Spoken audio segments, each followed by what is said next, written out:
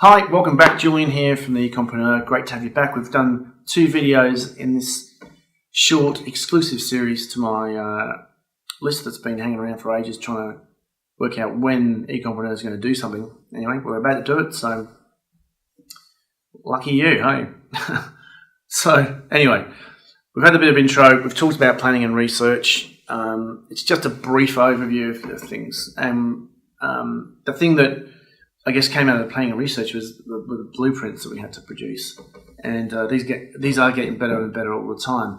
So the blueprint is really just going to talk about the overview of the business, but specifically it's going to have profit reports and competitor reports. So you know what products to go after, and we go through a process where we start broad and go down the category level, and then into the product level to really sift out all the chaff. You know, it's like sieving and panning for gold.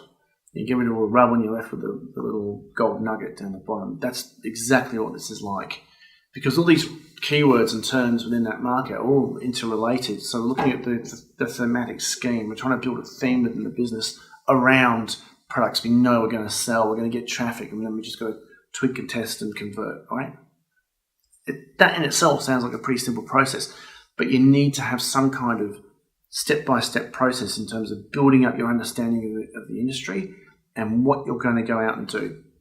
So we're not just, throwing a product up and hoping for the best. We are strategically placing ourselves in front of the traffic with a product solution for a problem that is, valuable and is going to convert. We'll get the copywriting done properly, so that we're targeting the right person at the right time with the right offer. So that's all about market message match. Most people don't even think about their market. They just put up a product, sell a hot product. Don't do that. You need a hot problem and the right person, to give them the solution. So you get that right, you'll make more money than you can even spend. You're dealing with an emotional person with an irrational passion, and you're being able to speak to them in the right language at the right time with the right offer. Once you work that out, it's history after that. What we're trying to do with the blueprint is ensure that we're laying solid foundations. In most businesses, you're going to be hanging around for 2 or 3 years. You may as well focus on getting the organic side, the SEO side, strong, because in most markets, you'll be ranking for good products and good terms with good authority within sort of 4 to 6 months that'll be making you 10 grand a month, right? So, and that's just one product. You can do that 10 times, 100 grand, right? So it's all simple numbers. So within the blueprint, my parameters are that we want to be making $1,000 a day net profit. So that's 20 sales of 50, it's 10 of 100, and it's 5 of 200, right? So, the model that we use is very different to, the low-end products and that kind of thing. We still sell those products, and we're going to do cross-sells, upsells, and downsells, right? So it's all about systems and following up, and, the blueprint is really educating you about the marketplace and alluding to what you're going to do down the track with your marketing, with things like, social media and YouTube and email and eventually Facebook. I don't do Facebook up front. It's in the later stages. I want to build my list and engage and understand my market first. And you might do Pinterest or Instagram or whatever, but Facebook is a full-time job. If you know someone really good at it and they're not too expensive, start with it. But it's not necessarily what we do first. Okay. So the blueprint is going to give you a map of what to do, chunked into a sequential process for you. And then once we've worked out what the blueprint is, we're going to actually build your store, and then we're going to go through a process of how we're going to produce good content and start the engagement. So whether you do that kind of thing with us, or whether you do some sort of version yourself, you need a plan of action. So you've done your planning, you've done your research, and then it's like, right, I'm going to be in this market, selling these products that I think are the hottest ones to go after, and this is the person I'm selling to, and these are the problems that are associated with these products, and you're going to evolve your content around that and be helpful. It's about being useful to your ideal customer profile. It's not about you making money. If you're going into this business desperately wanting to make money, stop, because you're likely to fail, and you're likely to just keep digging a hole for yourself. If I've been in that situation, right, where you've got no money and everything you do just doesn't seem to work. Sometimes you need to just step back and think it through and just stop. Take a deep breath, book in for a call with someone like me, and we'll unravel it very quickly, 5 or 10 minutes. And if you listen, you'll fix it. You'll do something about it, and you'll be able to unravel it. But for a lot of us, we just have to keep on banging our heads against the wall until, the light bulb goes on. I realise now what I've been doing wrong, and it's not serving me, so I've got to make some changes and have a breakthrough. So I used to get so stressed out when things were going wrong, and now it's amazing how things have changed in 10 years. And I listened to a Tony Robbins tape. This is probably about 15 years ago. It's probably about 2003, 2004. And he was talking about breakthroughs when you have this pressure point, where it's just getting harder and harder and harder and harder, and you want to quit, and then all of a sudden it just goes pop, and the light comes on, and you make the breakthrough, and it's like, wow. And it's like you need to have those situations. So now, more often than not, when I get into those sorts of pressure positions, I'm like, it's going to be okay. This is like, we're going to grow from this. So attitude's completely different.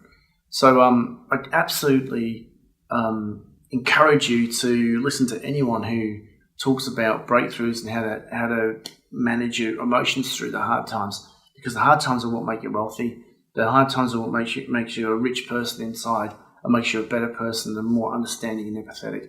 And it certainly helps your bank account grow. So problems are good. Fail forward. Make lots of mistakes. Just don't keep making big mistakes all the time. Manage your money. Manage your emotions. Right. So we're talking about the importance of the blueprint and having your plan in place, written down. It doesn't have to be War and Peace. It's like a 3-page document that just says you're in this market, selling to this type of person with this type of problem, with these products that solve that problem, and you understand that the market's got X amount of dollars, and your particular site is going to be built around a theme that you're going to target. And if you rank for these products, you're going to make X amount of dollars in X amount of time, give or take. We keep it conservative, but that's basically what we're talking about.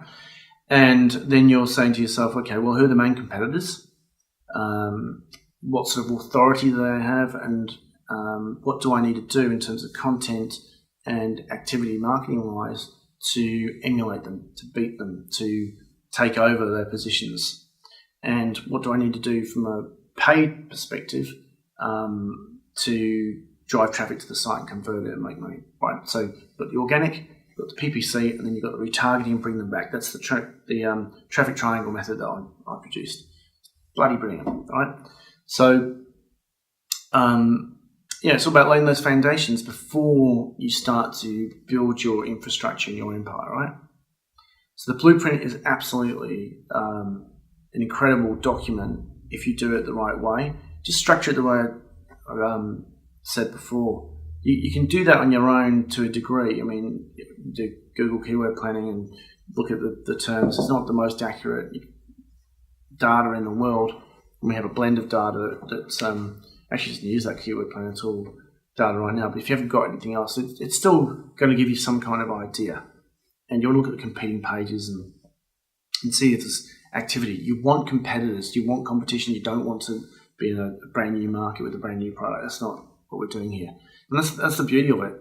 We are emulating people that are already successful, and we are looking at the market and seeing where the opportunities are, and then placing ourselves in front of those opportunities. And it's common sense, I think. And all my bad experiences, you talk about making mistakes and failing forward. That's why I'm here now, is because I've done all that. I've travelled down that path. You don't need to travel down that path. And if you want to build a bigger brand. This is what I'm talking about here with what I'm doing. Is it's not about building a sales channel just through Facebook or just through a Shopify store with a few products or one niche or whatever. It's about building a brand over the next couple of years that you can sell for multiple millions, hopefully, at least hundreds of thousands. And I don't say that as hype. It's just basic numbers, right? If you get X amount of people come to your site and have an X, a certain percentage convert into a sale at X amount of net profit per sale, you're going to make money, right? So it really just becomes nuts and bolts of what you put together.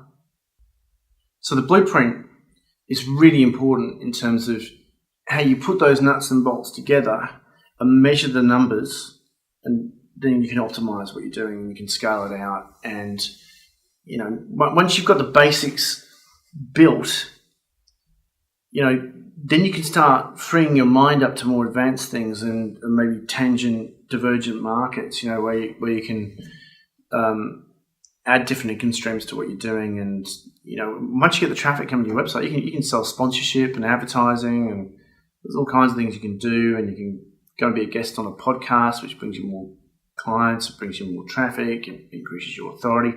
So you build authority, and it just gets better and better and better. You're building the momentum. You know what I mean? So it's a great thing to be able to do, is to get that blueprint and know exactly where you're going. So from here, we're going to talk about web architecture and more about the technical side of it and how to connect with the audience. Okay, I'll see you in the next video.